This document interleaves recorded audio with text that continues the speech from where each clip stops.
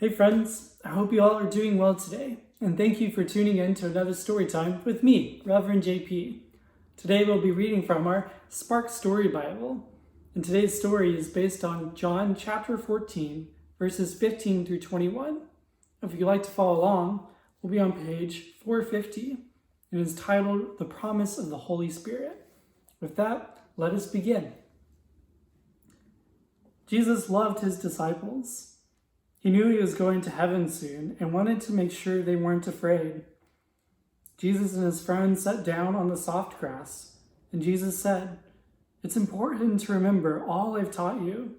Love God, love other people, and help each other. Remember, God is most important. God will always love you." Jesus looked at each of his friends' faces. He cared so much for each of them. "I promise I will always love you and everyone who comes after you.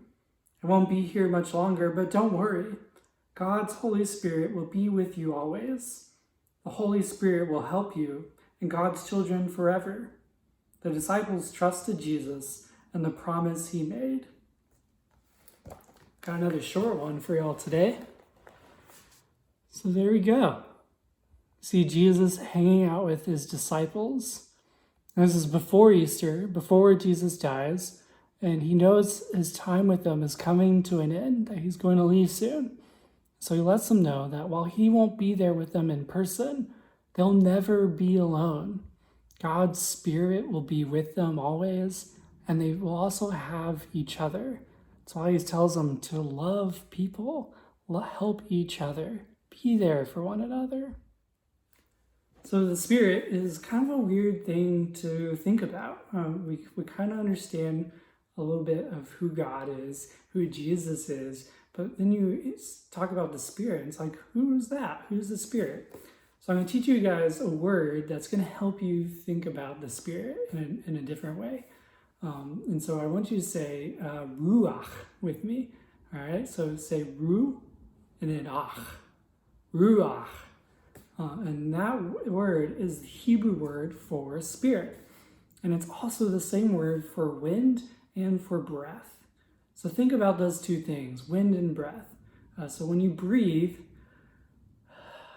you feel the air going in and out of you, and that is giving you life.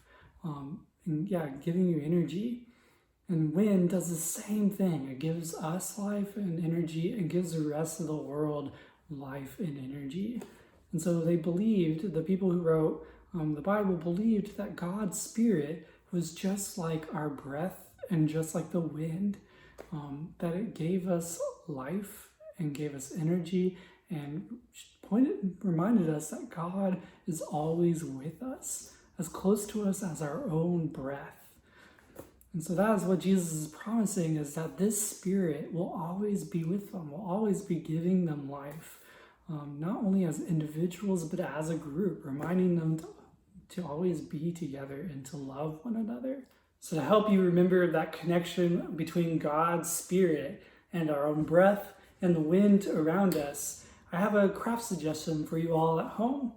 I encourage you and your families to make a windsock or a pinwheel or even a kite, because we can't see the wind itself, but we can see how the wind interacts with the things that it flows through and around.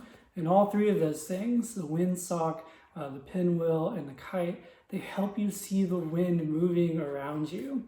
And let them also be a reminder every time you see the wind moving around you, that you are not alone, that God is present with you and showing you love and inviting you to share that love with each other. Well, friends, that's it for today. I thank you again for tuning in to another story time with me, Reverend JP. I look forward to doing this again with you all next week. Until then, peace be with you.